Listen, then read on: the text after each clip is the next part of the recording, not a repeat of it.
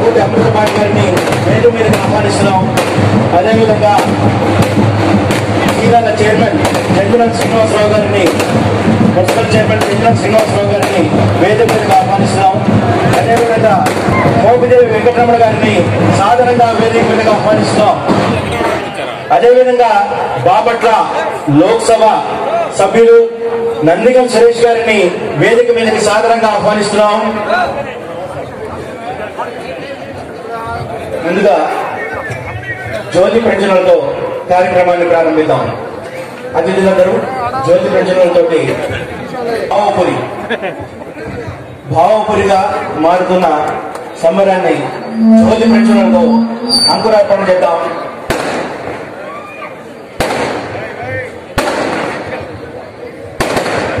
ఈ రోజు ఈ కార్యక్రమానికి శ్రీకారం చుట్టడానికి అతిరథ మహారాజులందరూ జ్యోతి ప్రకాశనం ద్వారా ఈ కార్యక్రమాన్ని శ్రీకారం చుట్టుపోతున్నారు.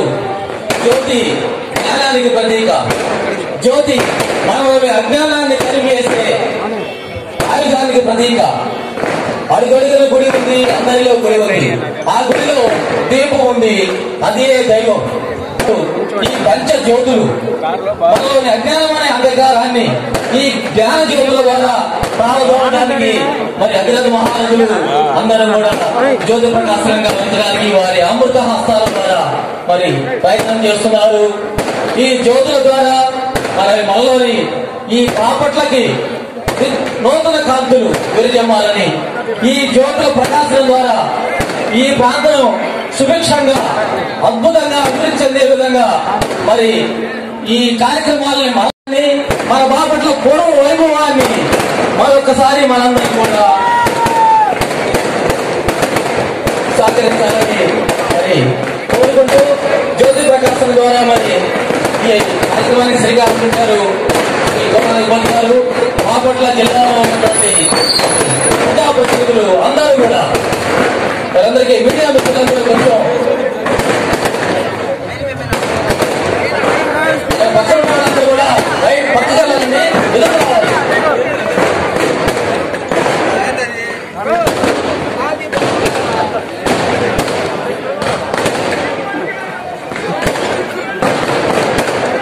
ఈ జ్యోతి ప్రకాశనం ఈ రోజు వెలిగించే జ్యోతి, దీని ద్వారా వచ్చే వెలుగు ప్రకటనలు మన విద్యా వ్యవస్థకి అభివృద్ధి వ్యవస్థకి నాంది పలకాలని మనసారా మనందరూ ఒకసారి చప్పట్లతో కోరుతున్నాం.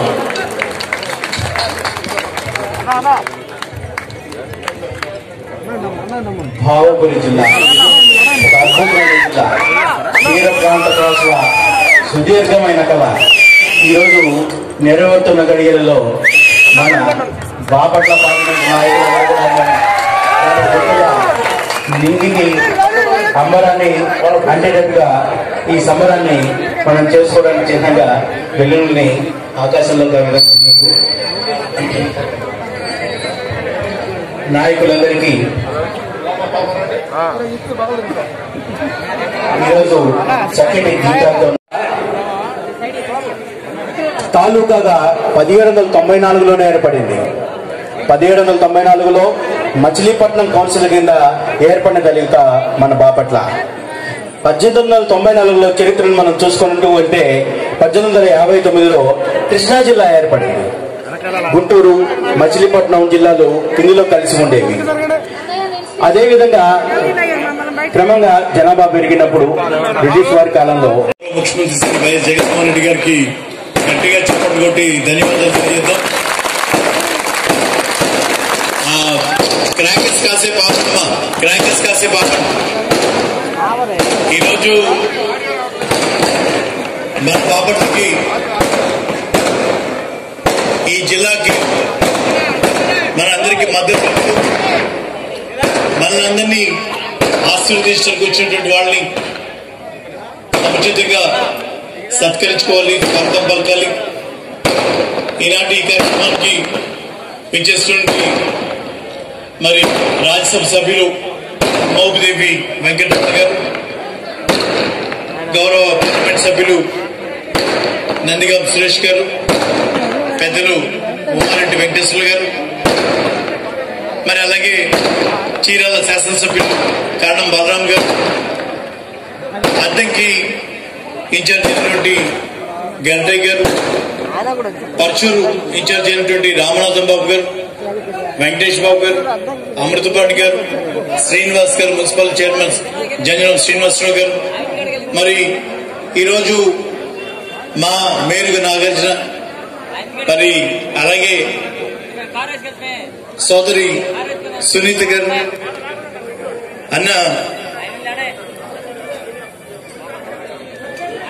పోతుల సురేష్ గారు, మాజీ శాసనసభ్యులు అనంతవరరాజు గారు, మరి ఈ కార్యక్రమానికి విచ్చేసినటువంటి పర్చూరు, చీరాల, అద్దంకి, మరి అటు వేమూరు, రేపల్లి చేసినటువంటి నాయకులందరికీ కూడా పేరు పేరున స్వాగతం పలుకుతూ, ముందుగా జిల్లా అనేది ఒక ప్రతి వాళ్ళ సెంటిమెంట్ గా మనం ఎన్ని రోజులు భావించాం.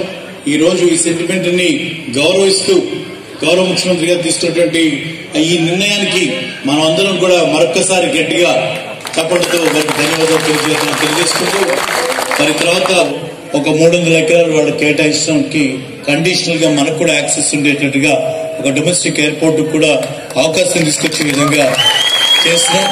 తప్పకుండా నా ఊహ కరెక్ట్ అయితే ఒక 5-6 నెలల లోపలే యావ్రో ఫ్లైట్ తప్పకుండా బాపట్ల ల్యాండ్ అవుతుంది. మరి ఎప్పుడైనా సరే ఏ సమయంలో ఫోన్ చేసినా నేనున్నానని అలా ఎక్కడైనా వచ్చేస్తాను, నీకు ఎందుకు నేను వస్తానంటాడు. ఇక వచ్చానంటే వస్తాడు అంతే. మెరుగు నాగార్జున, దానికి ఇంకే డౌటే లేదు. ఎన్ని ఇబ్బందులున్నా ఈ రోజు కూడా జిల్లా పరిషత్ చైర్మన్ మీటింగ్ రాబోయేటువంటి రోజుల్లో బాపట్ల భావపూర్ జిల్లా అనేది ఇది అందరిది. బాపట్ల ఎవరైనా వచ్చి ఉండదగ్గటువంటి ప్రాంతం బాపట్ల. ఆస్తులు కొనుక్కున్నా, వ్యాపారాలు చేసినా రెడ్ కార్పెట్ వేసి వెల్కమ్ చేసి తీసుకుని వస్తాం. ఖచ్చితంగా అందరినీ ఇది మన జిల్లాగా ఏ అప్లికేషన్ అక్కర్లా, ఏది కావాలన్నా కూడా ధైర్యంగా దర్జాగా ఇది మన బాపట్ల అని చెప్పి రమ్మని అందరినీ కోరుకుంటూ, మరి ఈరోజు నాగార్జున అన్నట్టుగా జగన్మోహన్ రెడ్డి గారిని నిన్న దీంట్లో ఎవరు కాదంటానికి వేరే లేదు. జగన్మోహన్ రెడ్డి గారిని మేము బాపట్లలో ఆయన పాదయాత్రలు వచ్చినప్పుడు నేను ఆ రోజు మాటల్లో చెప్పాను, బాపట్ల నీ అడ్డా అన్న ఖచ్చితంగా నువ్వు వస్తావు.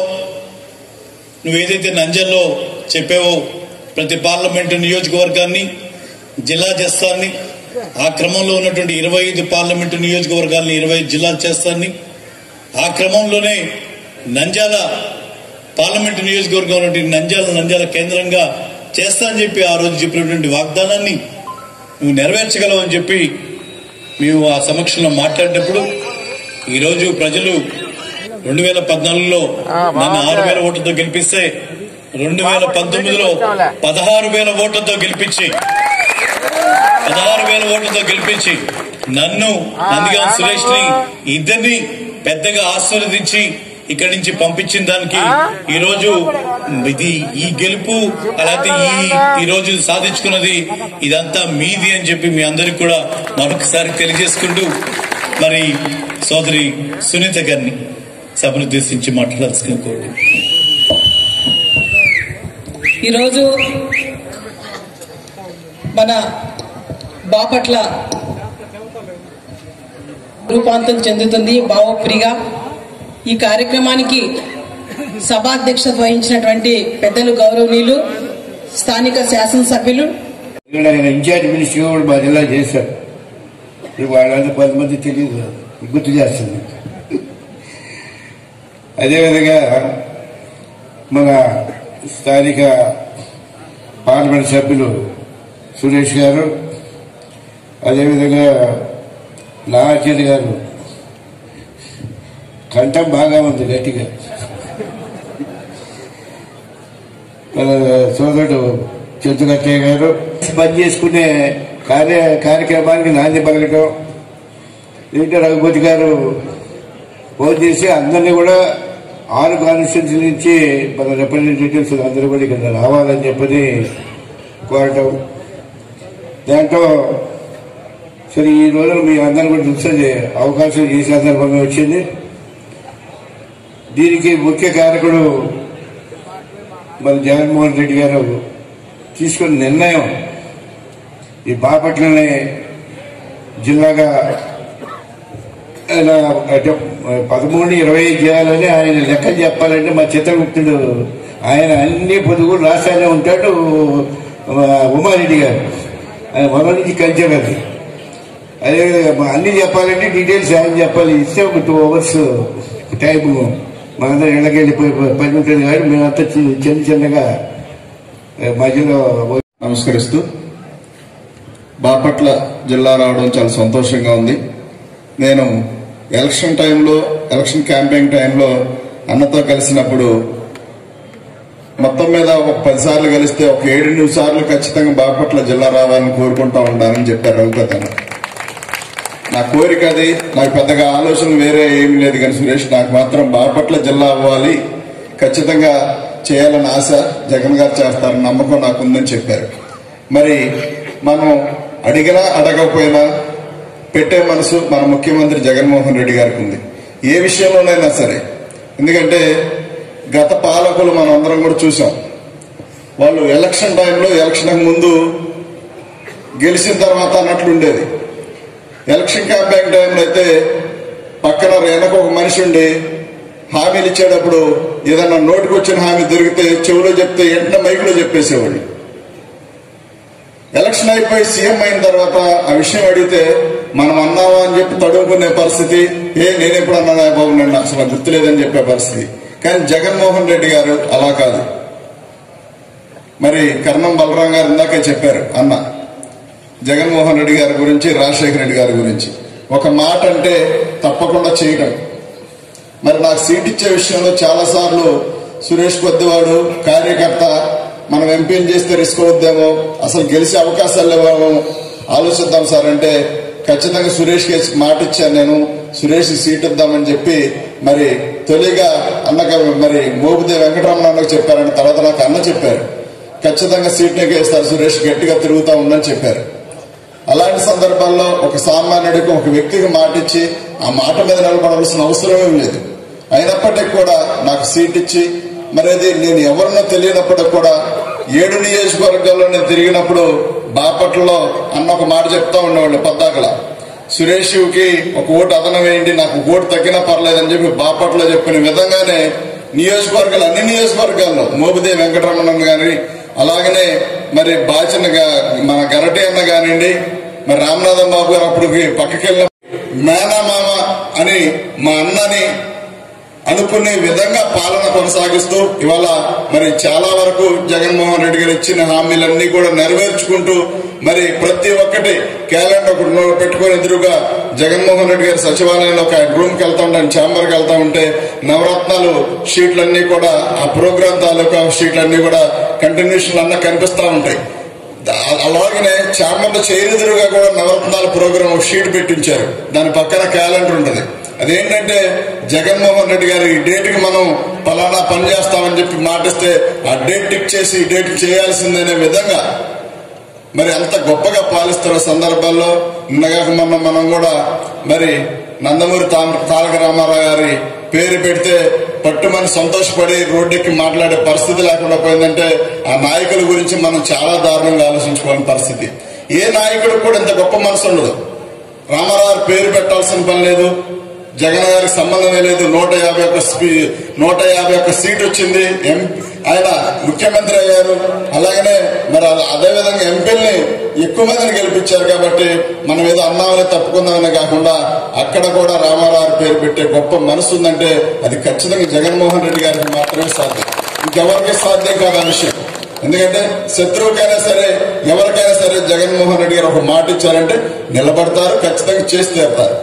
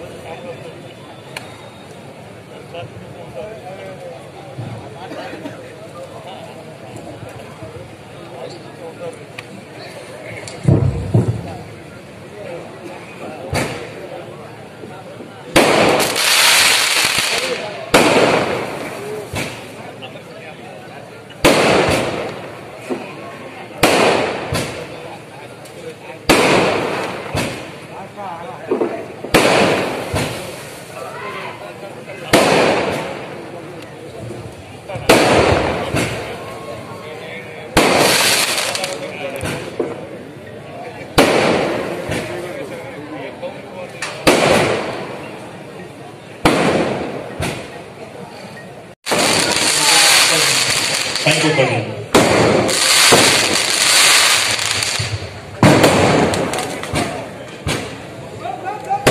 మనం ఈ కార్యక్రమం మొదలుపెట్టే ముందర కోలాటంతో మా ఆర్యవృక్షాల వాడు చక్కటి ప్రదర్శించినందుకు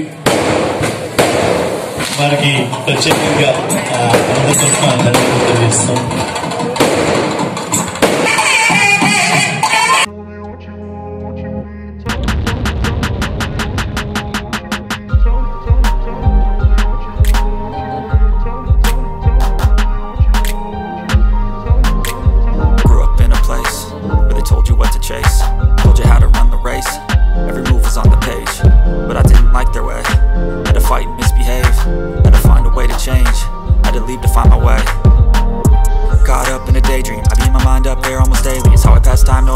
Safely, it's how I understand what I want in this place, see, cause everybody wanna tell you. Mopidevi Ramana గారిని వారి సందేశం ఇవ్వాల్సింది.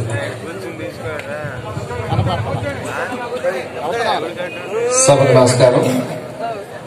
సభాధ్యక్షులు, గౌరవ స్థానిక సర్పంచ్ శాసనసభ్యులు, గౌరవ ఉపసభాపతి గారు, సోదరుడు సురేష్ ఎంపీ గారికి, అలాగే ఇంకో సురేష్ గారికి, వర్మ గారికి, ఇంకో సోదరిమణి గారికి, వేదిక అయినటువంటి పెద్దలకు, ఈ కార్యక్రమంలో భాగస్వాములైనటువంటి పెద్దలకు, మిత్రులకు, శ్రేయోభిలాషులకు అందరికీ పేరు పేరున హృదయపూర్వక నమస్కారాలు తెలియజేస్తున్నాను.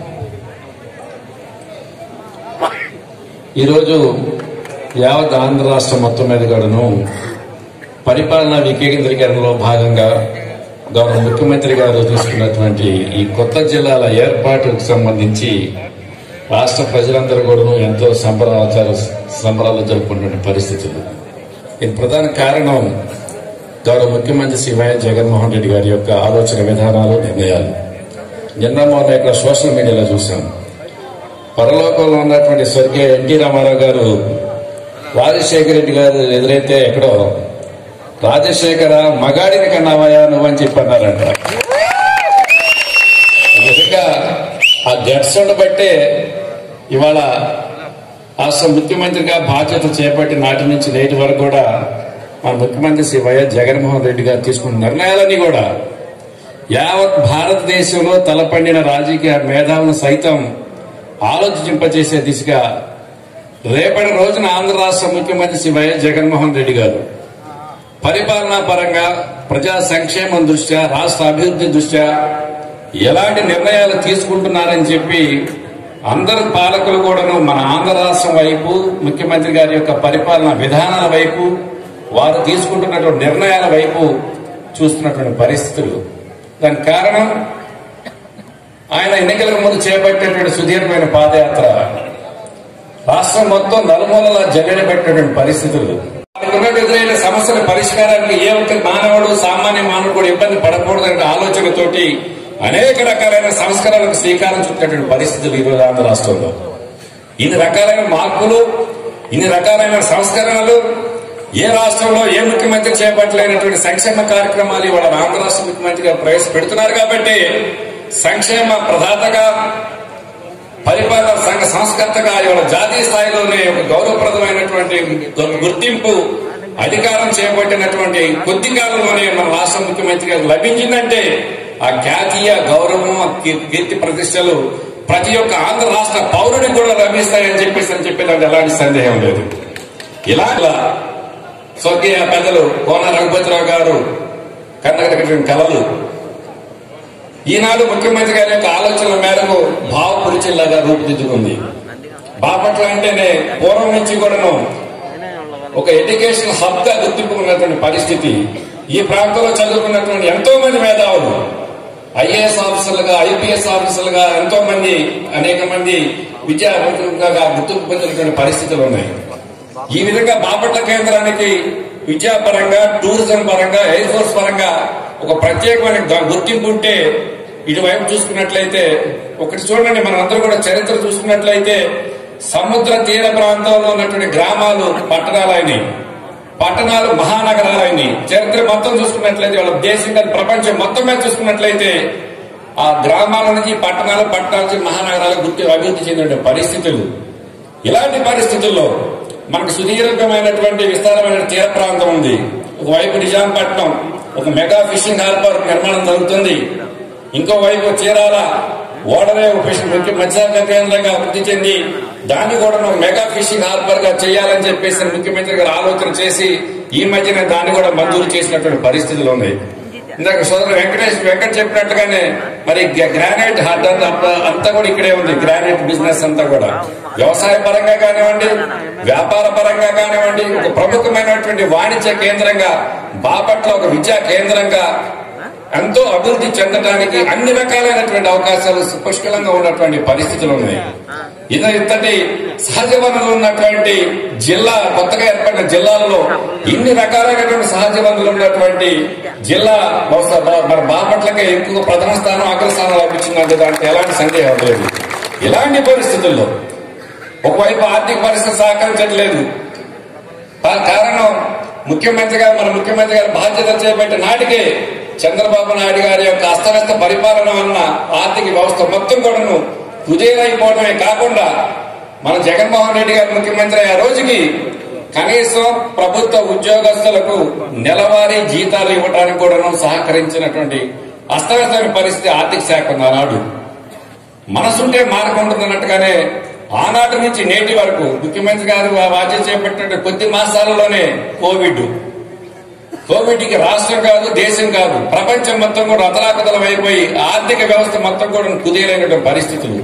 ఎన్ని రకాల ఇబ్బందులు ఎదురైనప్పటికీ కూడా మక్కువని ధైర్యంతో ఎన్నికలకు ముందు రాష్ట్ర ప్రజలకు ఇచ్చిన సంక్షేమ కార్యక్రమాలను అమలు జరగడమే కాకుండా కొత్త కొత్త కార్యక్రమాలు కూడా శ్రీకారం చుట్టి ఆ శ్రీకారంలో భాగంగానే ఈ కొత్త జిల్లాను ఏర్పాటు చేసిన పరిస్థితులు ఉన్నాయి. ఇలాంటి పరిస్థితుల్లో రాష్ట్రం అన్ని విధాలుగా అభివృద్ధి పథంలో మనం ప్రయాణం చేయడమే కాకుండా అనేక రకాల సంక్షేమ కార్యక్రమాలు రాష్ట్ర ప్రజలందరూ కూడా సుఖ సంతోషంతో ఉన్న ప్రస్తుత పరిస్థితుల్లో మన దౌర్భాగ్యం ప్రతిపక్ష నాయకుడిగా చంద్రబాబు నాయుడు గారు వారి యొక్క ఉనికిని కాపాడుకోవటానికి, వారి యొక్క మనుగడను కాపాడుకోవటానికి సందర్భమైనటువంటి సంబంధం రూపుదిద్దుకున్నటువంటి ఈ ప్రాంతం మొత్తం భవిష్యత్తులో నాయకుల యొక్క సమైక్య కలయికతోటి, ప్రభుత్వం యొక్క సహకారంతో అన్ని విధాలుగా అభివృద్ధి పదంలో ముందుకు వెళ్తుందని చెప్పేదానికి ఎలాంటి సందేహం లేదని చెప్పి ఈ సందర్భంగా మీ అందరూ కూడా తెలియజేస్తూ ఒక చక్కటి కార్యక్రమానికి రఘుపతి గారు రూపకల్పన చేసి నాయకులందరినీ కూడా ఒక వేదిక మీద తీసుకొచ్చి మరి ఒక చక్కటి కార్యక్రమం చేసినందుకు మనస్ఫూర్తిగా రఘుపతి గారికి కృతజ్ఞతలు తెలియజేస్తూ నాకు ఈ అవకాశం ఇచ్చిన పెద్దలకు ధన్యవాదాలు తెలియజేస్తూ సెలవు తీసుకుంటున్నాను.